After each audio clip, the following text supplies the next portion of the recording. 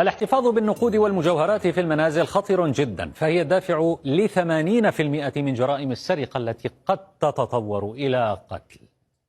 لكن هل الاحتفاظ بها في خزائن أمانات المصارف أكثر أمنا وتحصينا؟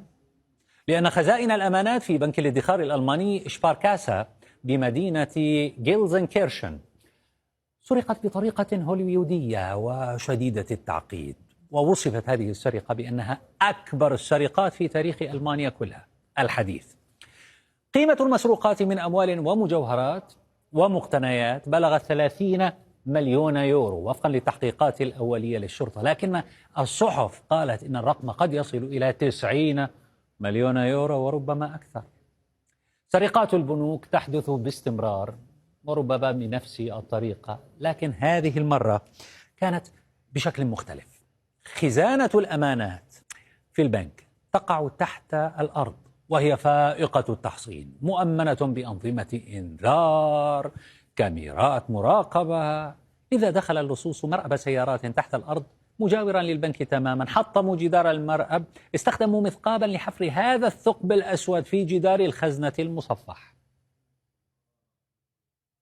هل كان لدى اللصوص خريطة دقيقة للبنك؟ الشرطة قالت إن المثقاب المستخدم لا يمكن شراؤه من أي متجر، وهذا معناه أنهم صنعوا مثقابا خاصا بعمليتهم.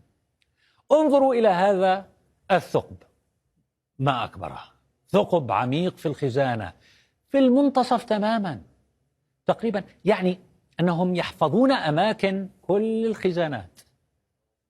قطر الثقب لا يتجاوز النصف متر، لكن عمقه داخل الجدار عميق جدا.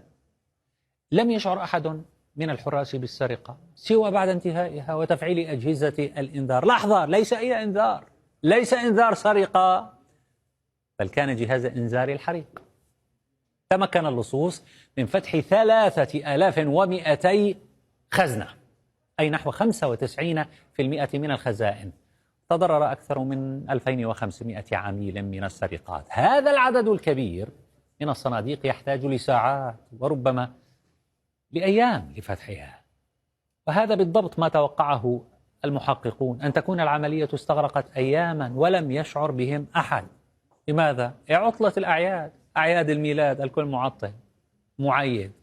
السرقة سببت غضبا شديدا ومفاجأة وصدمة لدى عملاء البنك. تجمع المئات منهم أمام البنك، حاولوا اقتحامه وهتفوا: نريد أموالنا، أدخلونا إلى البنك. شاهدوا.